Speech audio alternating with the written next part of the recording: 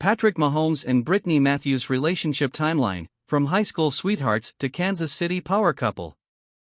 Everlasting love.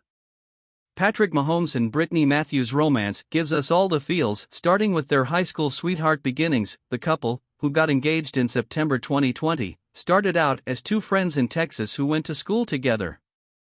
The Kansas City Chiefs quarterback became close with Matthews in 2011 when he was just a freshman at White House High School.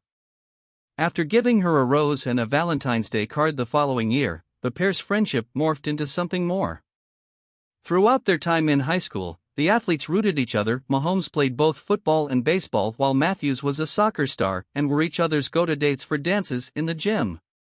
The teenage sweethearts went to different colleges, but both stayed in Texas, which helped keep their relationship alive. He ended up going to Texas Tech, and that's when it really hit me. OST, he might go play professional football, the Brittany Lynn fitness creator told Today in December 2020 of her fiancé's football skills. It was surreal to see him living his dream, and seeing him grow as an athlete and as a man in general was just amazing.